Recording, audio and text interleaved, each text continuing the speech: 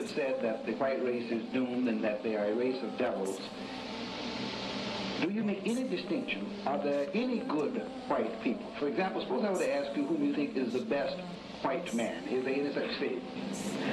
I let the Bible answer that. He says, no, not one is good. Now, if I have understood your teachings correctly, you teach that all of the members of Islam are God, and that one among you is supreme, and that one is Allah. Now, have I understood you correctly? That's right. Now, you have on the other hand said that Allah has taught you that the devil is the white man, that the white man is a doomed race. Yes. Am I correct there? Yes. Now you have said, sir, that between now and approximately 1970, there should come a reawakening, a general resurrection of the American Negro. That's right. And that the extended time for the white man may well run out, and that will come and in terms of a war between God and the devil.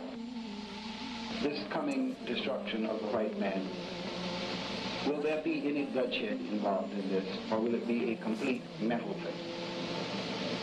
According to the teachings of the prophets of old and of God himself, there will be plenty of bloodshed.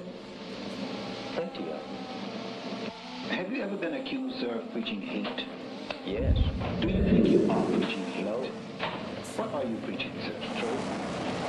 Jack, Americans caught in the crosshairs could do nothing but run or duck and cover. Holy!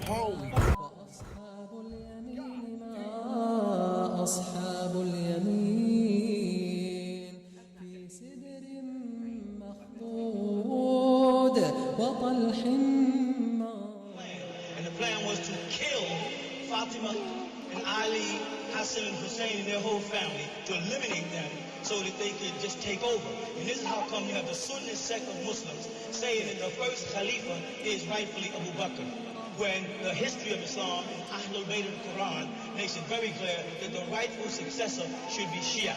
So if you looked at Strandon from the Islamic standpoint of view, which they say they belong to, it takes you back to the Shiite sect. But most Muslims don't have any knowledge of the history of Shia because the invaders of America were Sunni. So when they look to find Shrindom in Islam, they get lost because they don't know nothing about the Shiite doctrine.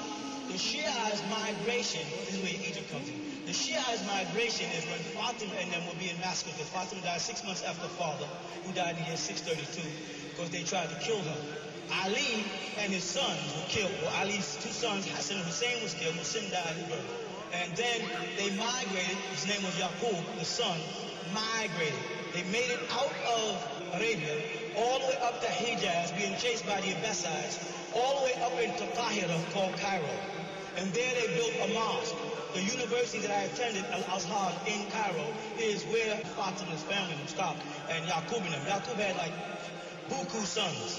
So some went towards Persia and learned to speak Farsi and picked up the Farsi script. And they were trying to preserve the Quran because the Sunnis were trying to introduce a new Quran by a man called i.s.l.a.m, claiming that his name was Muslim before Muhammad was born, because his name i.s.l.a.m means Muslim. And he had written a Quran, and his Quran was in poetry.